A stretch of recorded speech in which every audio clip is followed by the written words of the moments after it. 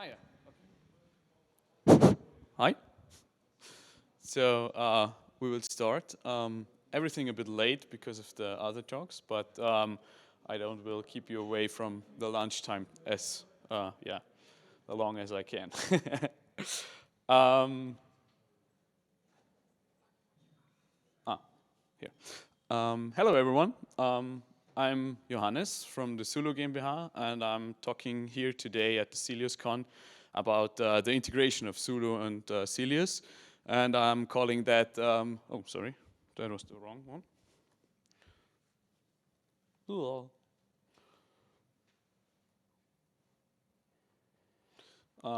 Yeah, I'm calling that the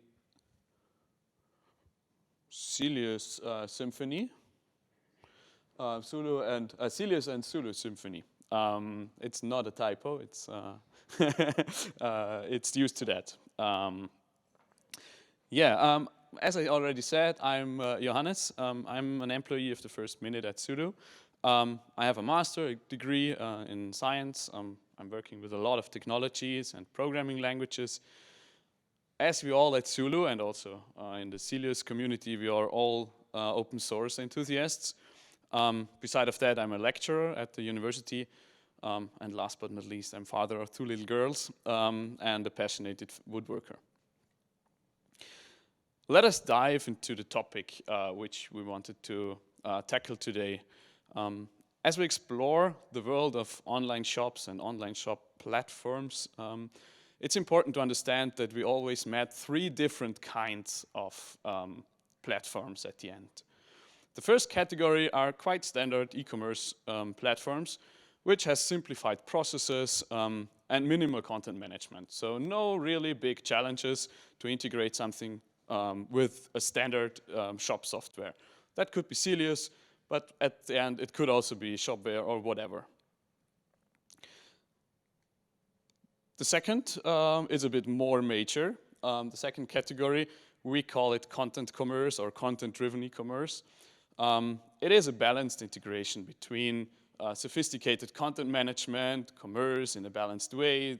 Both of them are more or less the same level. And they really are into the SEO features. So they wanted to push the website as far as possible in the rankings. And also, as I said, in the search engines. They really focus on leveraging the customer with content and also the products beside of the content. So both of them living together. And last but not least, we have to also tackle another commerce project category, which is really tailored. So this is very custom, very specific solutions for specific use cases. In this case, we have a cinema, an open-air cinema, which comes once per year. And it has very special processes from integration to different systems, keeping away the big load from the system, which comes from the peak sale days. As I already said, it's really tailored solution, and it's really implemented in one platform at the best, because only then you can keep all the things together. As we see these 3 categories, as I already said, the first one can be done with any shop system. And the last one should be done with a specialized system. That could be Sylius by its own with a lot of customization, or if it's content, if it has more content, you can do it in Sulu and implement the commerce features in it, or use any other system. But you have to do it by your own because it's a lot of customization taking in. But there is something in the middle, and I already called it content-driven e-commerce, where Sulu and Sylius is a very good combination in it. You can use both worlds in the same project, and so can take everything out of both the systems. Understanding these categories helps us to explore how and where we can use Sulu and Sylius, and how we can bring it together to make a content commerce solution. But yeah, I already said content commerce and content-driven e-commerce, but how and where and why does we call it like that? When we think historically, there is always the separation between content and commerce. There were always solutions like Sylius or Sulu, or very earlier days also Magento or Typo 3 or whatever. They're separated and they are always working in silos and totally differentiated from each other. The content is more about information, entertainment, communities and whatever. And the commerce is always a transactional thing. So they are thinking in their silos. But as social media and other technologies advances,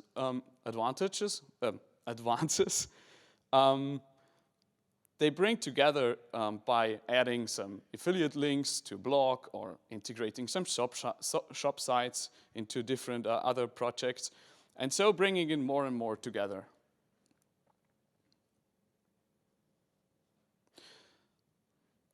And now I want to go through a journey of a customer which uses our platform.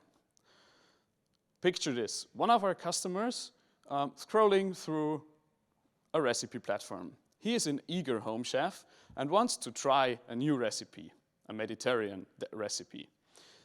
Inside of this recipe, he reads that he has to use an excellent olive oil because that's the key point of the recipe. But at the end, he has no idea what is a good olive oil, so he goes to his best friend, the search engine, with the big G in the front of, and type in what is the best olive oil. At the end, he finds something and go on the website. And in the best case, it's our website with our shop and our olive oil test from 2022 or whatever. And he scrolls over it and finds at the bottom the 3 top olive oils and wants to buy them immediately. If you have then a content commerce platform, we would have a buy button where you can check out with a single click or over a payment provider and getting the products a few days later to your doorsteps. The customer itself is very fascinating from the product and also from the information he got. And at the end, the operator is also happy because he has given away some information to the customer, but at the end he gained a sale, and that's the best point for him. The advantages of this integration are numerous and significant. Engaging content can attract and keep the customer on the platform and bringing them to a sale at the end. This allows also for personalization, like the product recommendations or higher conversion rates at the end. The user can can be tracked on the website. It can also be tracked what he is reading, what he is searching about, and the product recommendations can be adapted to that. Additionally, it helps to create a sense of community and create space for shared interests, like when we have a community feature on the website, or only we have some accurate guides on the website. Different types of content commerce implementing some of these aspects, but also if you only implement a single one, it's very good to have it. I have searched in the web for 3 examples where we see these 3 aspects of content commerce a lot. The first one is Bergzeit. It is an excellent example for it because it offers the user expert advices and guides. It has also product reviews on it and buying guides and whatever. It has no personalization, but it's not so important there. But at the end, it has a community building feature, not by login and registering to the website, but it has a community building features by providing very special content for a lot of people which are mountain sports enthusiasts.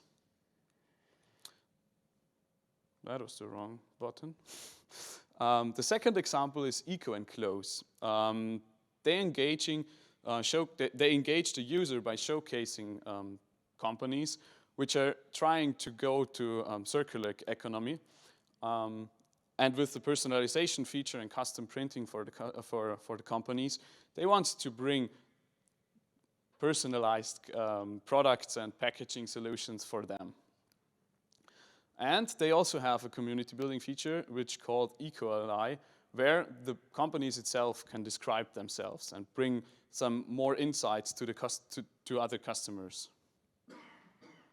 And last but not least, a very small example when it comes to content commerce, but it is a very good example because Boneco only uses a single aspect of content commerce. It's the engagement of the user. They provide very detailed and very deep information and, about the features, and mostly they have also a lot of animations, how the product works and everything else. So at the end, when the user scrolls through the website, through that page and reads everything, the user at the end understands how the product is working, how the product can help him in the real world. And so he can make a very good decision to purchase the product. As I already said, there is no community building feature and no personalization, but it engages the user to come back afterwards, because when he purchased the product, he should be quite happy with it because he knows how it works.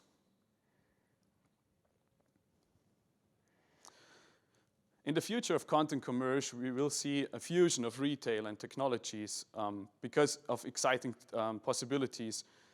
When you think about the AI and machine learning features and the data analytics, which come more and more in the last month to our mind. And with all of that together, and also with augmented and virtual reality, we will see more and more facilitating and immersive shopping features for the customer at the end. And now we come to Sulu and Sylius, and I wanted to ask you guys, who is knowing Sylius? I hope everyone. But who is knowing Sulu? Because that's the important question in that room. Matthias, you know it a bit more. Okay, a few guys, but not too much. But I will talk about that now. Sulu and Sylius are a very good catch because they provide they provide the same foundation. They provide the same thought behind the projects. And they are very good when they are working together. And when they are working together, we think that is a very good content commerce platform. Sulu is a platform for managing content, and it is great to manage complex data structures and content structures. On the other hand, Sylius is an e-commerce framework, and it excels at handling unique e-commerce processes tailored to the customer and the business itself. And the decision to combine them came from the desire to connect content management with the e-commerce features and bring them both to the user. At the end, bringing them together will bring you a flexible, scalable, and efficient solution, and it addresses the complexities of the digital environment in the current landscape. Sylius may be a well-known framework for some of you, but from our perspective, it's so much more than that. Built on top of Symfony, one of the powerfulest PHP frameworks in the world, Sylius provides customized and easy-to-use e-commerce processes. It is flexible, it is extendable, and from that point of view, it's a good to-go solution for developers and businesses which searching for a robust e-commerce e-commerce platform. On the other hand, Sulu is an enterprise content management system, which is built on top of the Symfony framework. It is designed to handle a large volume of content and a large volume of traffic, and making it perfect for businesses. The UI is intuitive and easy to use for a modular architecture that is customizable and flexible. Additionally, Sulu has high performance in mind, and thanks to its modern code base and built-in HTTP caching, like Varnish support by default, makes it very fast for a high-traffic website. One of the key aspects of Sulu is that it's made specifically for businesses. So we are always thinking about multiple languages, multiple portals, and more things which is used for scaling businesses. We are coming from the DACH region, so we always have multiple language, multiple markets, multiple things around us. So we always had that mindset in the background. In terms of performance, as I already said, Sulu has a modern code base, and HTTP caching ensures that the response is always fast and responsive, even under heavy loads. And Sulu is 100% open source, so you have the full control over your source code. Overall, Sulu offers a powerful combinations of the features and capabilities that makes it an ideal choice for companies. Now I will change the topic of the talk, and I will go on with some different types of vehicles and how to operate them. First one is the bicycle. A bicycle is very easy. Everyone can ride it. Everyone can repair it. Maybe you have to get some special tools to open the screws and changing some things. But at the end, nearly everyone from us can ride a bicycle. Next up is the car. A lot of us can ride it. I think most of us have already driven a car before. But at least you need a license. You have to check the skills of you before you can officially drive a car on the streets. And if you want to repair a car, it's maybe not that easy, and you have to check the oil, check the tire pressure, and have other maintenance tasks to do, which is not that easy, and maybe you have to learn some things. The third thing is the truck. The truck, for that, you need a special driving license. It is more complex, and to operate a truck is very challenging and requires a great deal of skill and experience. You may need also some additional licensing if you want to drive bigger trucks or whatever, and that makes it a bit harder to do. The last thing is a supertanker. A supertanker needs really specialized stuff and expensive equipment. Operating a supertanker is very, very challenging and requires a great deal of experiences and expertise. In fact, it's often compared to fly an airplane. Coming back to the topic, it's about the market position of Sulu. We think that Sulu is not about riding a bicycle. It's also not about riding a car. You have to do something more than other systems. But on the other hand, it's not that complex as any other system in the world, which is represented by the supertanker. I think all of you can imagine what CMSs I can put under the categories. But at the end, Sulu is a good catch between an enterprise system, but also easy to use.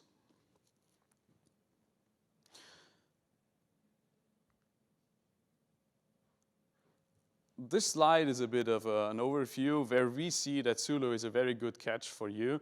And if you have one of these categories in your project, you should consider to using it. I have highlighted one because we have to keep them in mind for the next slides. Because we now came to our use case and case study. The last years and months, we are working together with Sylius and a local company around in our region to rebuild a platform named Moped. Moped is a special project because the company behind it is very special, I would say. They sell Mofa parts. I'm not sure what Mofa in English is. Everyone understand what a Mofa is? Okay, perfect. You see it also here.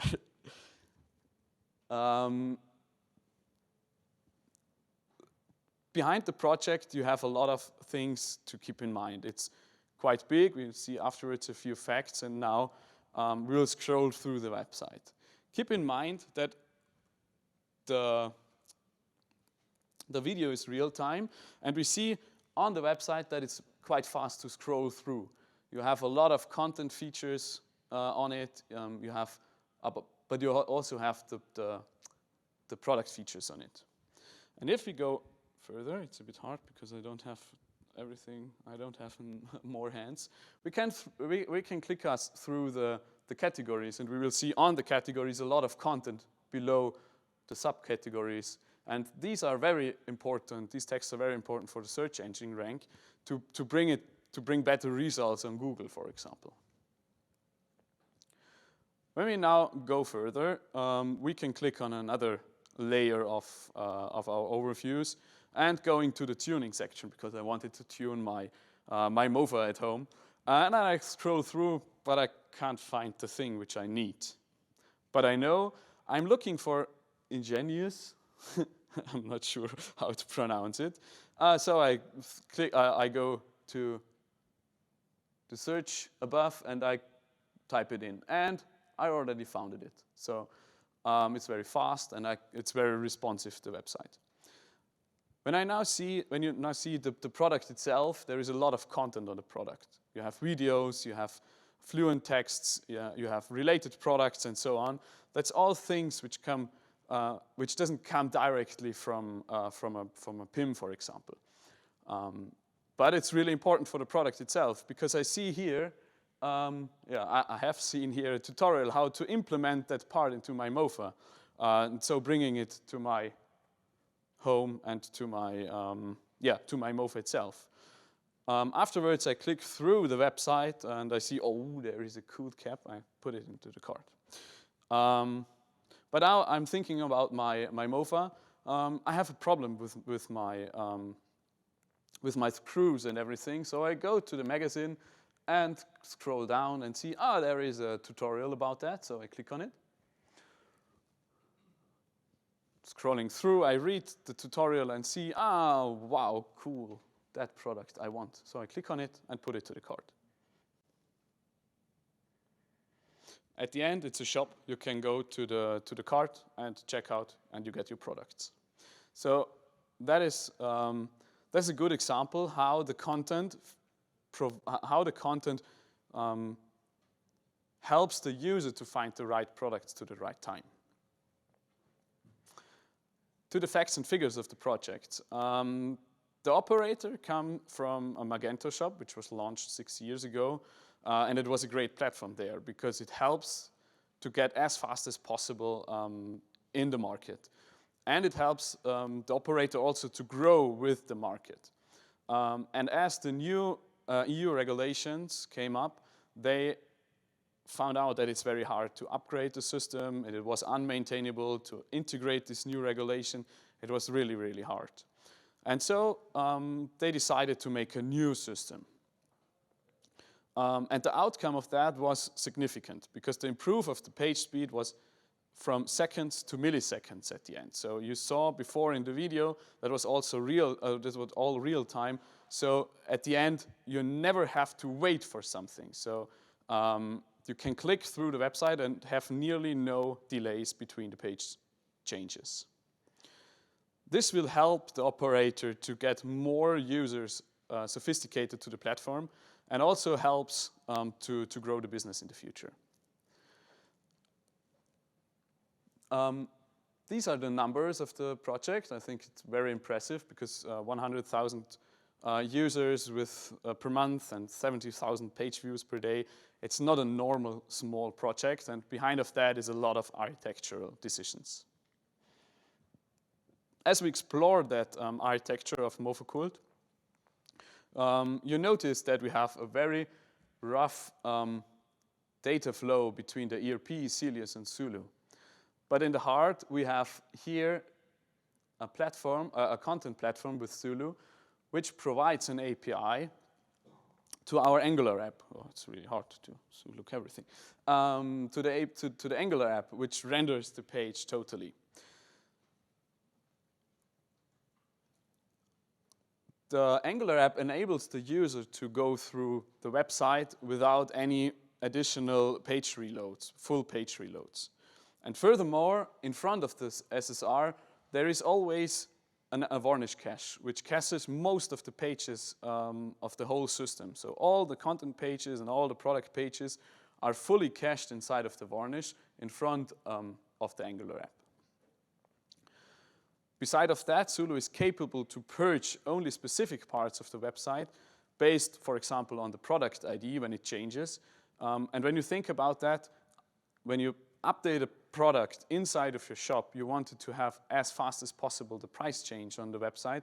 Sulu will get the information from ERP to Sylius and then to Sulu and then purchase the product immediately. So if the product is on a search result page, for example, that search result page will immediately purged from the cache and rebuild afterwards. That means that all of the requests to the server will mostly be a hit and as fast as possible.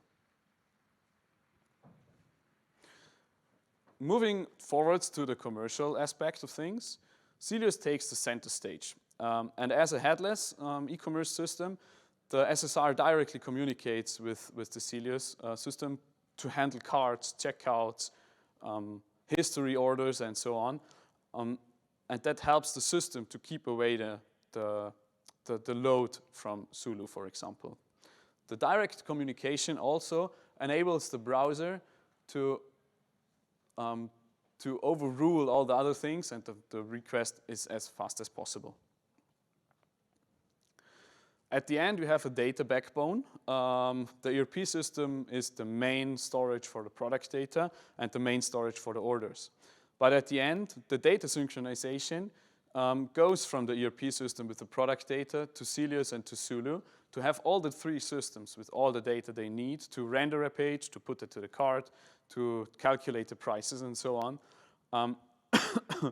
And that helps, for example, Sulu to generate better search results. Additionally to this synchronous, or it is also asynchronous, but it's a direct link, we have a really indirect link to the ERP back from Sylius. So Sylius is the main storage on the website to store the orders. They process the inventory and so on. So everything we need to process an order is here. But at the end, in the background, the ERP will get called with the order and the customer. At the end, the resulting ecosystem is a very flexible ecosystem. We can change anything we want on the specific parts. And it is scalable. So we see in the facts before that we really have high load times and very big traffic on it, and we can scale each system by its own, and that makes it really flexible in the operation. We have faced lots of challenges and tried to solve them as good as possible. And in this slide, I will talk about the main challenging things in the last 3 years. The biggest challenge was to synchronize 16,000 products as fast as possible, and especially the invalidation for stock and price changes was very challenging for us. We use Symfony Messenger with RabbitMQ and really specialized handlers. So we don't use, for example, the normal way to create products in Sylius. We have optimized that as good as possible to make it speedy at the end. And as I already said, to minimize the display, the time to display new information on the website, for that we use a explicit caching invalidation mechanism for stock and the price changes. The second big challenge was the domain setup. With different systems, you mostly have two choices, and we have decided for the wrong one, I would say. The first decision we made is that we make one domain for each system, which makes it quite easy to use, which makes it quite easy to deploy, and quite easy also to communicate with each other. But as we also communicate from the browser to the server, and from the SSR to the server, and from Sulu to Sylius, and from Sylius to Sulu, it's really hard to keep course to keep course issues out of the project. And so during the project, we decided to remove that and go with a single domain and put path prefixes in front of each system. So /Sulu is Sulu and /Sylius is Sylius, more or less. But at the end, it's also important to have at least the independence between the systems, that they can work independently from each other. For that, we have used message queues to decouple that systems, more or less. And we use asynchronous communication to the ERP, for example. So if the ERP is down, Sulu has everything to make orders, to process them, and also to inform the user, for example, that he has ordered something. And as soon as the ERP is back, we call it and put everything into the ERP, and also there the system is in sync with the rest. But errors happen. And for that, we also use the Symfony messenger with the retrying feature. And at the end, we have a backup plan. So if the message cannot be processed in a valid amount of tries, it goes to a failure queue, and we can fix that and move back to the live system, for example. And last but not least, and also one of the latest things we tried to tackle was the user information.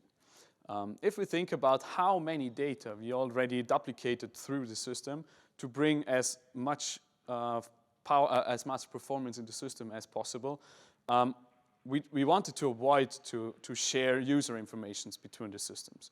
Because as much as you duplicate the user informations, as much you bring more security holes into the system. And for that, we are using JWT tokens, which are generated in Sylius. And in Sulu, we use that to identify it. We only need to know that Sylius knows that user, and maybe we need some ID or names or whatever in it, and we can use the JWT token to exactly tackle that issue.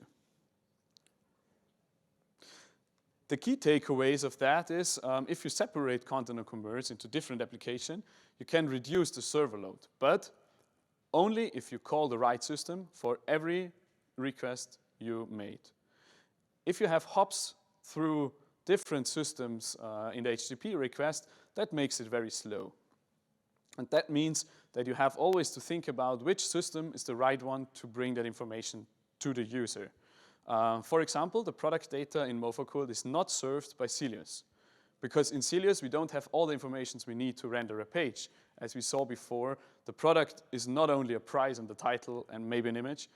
It is more than that. It has a long text, it has videos, it has different other aspects of content management, and therefore all the product data which is needed to render the page is also present in Sulu. And the Angular SSR directly communicates with Sulu to get the product data. But if it goes to cards, it doesn't make sense. But it doesn't make sense to send that request to Sulu, so go directly to Sylius. Maybe better, go directly from the browser to Sylius to avoid hops through the system. The second one is you have to prioritize things if you have so much products in your system. For example, if it's really important for the customer and for the operator that stock and price changes are displayed as fast as possible on the homepage, you should maybe think about prioritizing this over less important updates like new products, which is not so important if they come a few minutes later. But if you want to have immediate feedback to the user that the price changes, you have to think about prioritizing them. So, for example, creating a new transport in Symfony and a known consumer for that makes it more responsible to update the price information. And as we always have when you have multiple systems, the complexity rises with each system you add to that project. And also if they are headless, because operating it, keeping them up to date, and so on is very complex thing. And when you think about the SSR, which is a very good example for that, it adds a lot of good things to the user. It is smooth to go through the homepage. You have smooth transitions through the pages. You can animate a lot of things easier with an SSR or an Angular application or whatever. It can also be a React application, as when you would use Twig, HTML, or whatever at the end. But if you introduce an SSR in front of a content management or the Sylius or e-commerce system, it adds another layer of complexity, and it means that it's always an additional hop in HTTP. And when you think about that, normally when you render a page in Sulu, you will go to the Sulu. Sulu will get the data from the database, render it in HTML. That's it, putting it back to the user. In case of the SSR, it is like the request goes to the SSR. SSR looks like, is there a page in Sulu? Sulu get the data from the database, transform it to JSON, put it back to the SSR. And then SSR render HTML. that means that you always have different hops and different layer of rendering times, and that always, is an addition operation. Finally, as everyone who has integrated ERPs into a system, they are complex by design. So it is crucial to have a carefully planned and execute the integration, and you have to prioritize the most important applications which you have to integrate. At the end of the case study, I have to say that the successful implementation from a project like Moped is not possible with a single team. In this case, we work together with Fusonic, this local company which is the lead in the project management, and it also offers some developer skills. The team of Sulu, we was responsible for the content management, the product API, the synchronization, and we played a key role in planning and ensuring that it's a smooth transition between the old and the new system. And we also worked together with the Sylius team, and in the middle of the project, we switched, or we added also the team of the commerce weavers. So Lukas and Mateusz to our team, which was really good to have the synergy from each system, and this helps to have a smooth execution of the project itself. And at the end, we have really created a really good enterprise-grade content commerce solution, which meets all the problems the customer has. And now, in conclusion, the collaboration between Sulu and Sylius in the Moped project demonstrates how powerful this collaboration can be, and how powerful content and commerce in combination can be.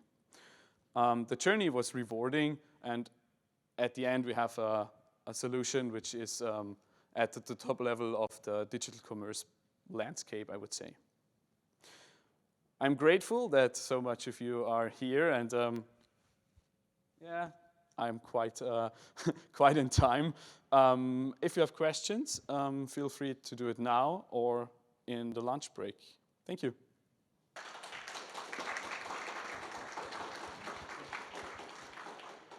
Are there questions? All of you have a lot of hunger. Yeah, then I wish you a good lunch. We will see us. I'm really looking forward for further discussions. And thank you.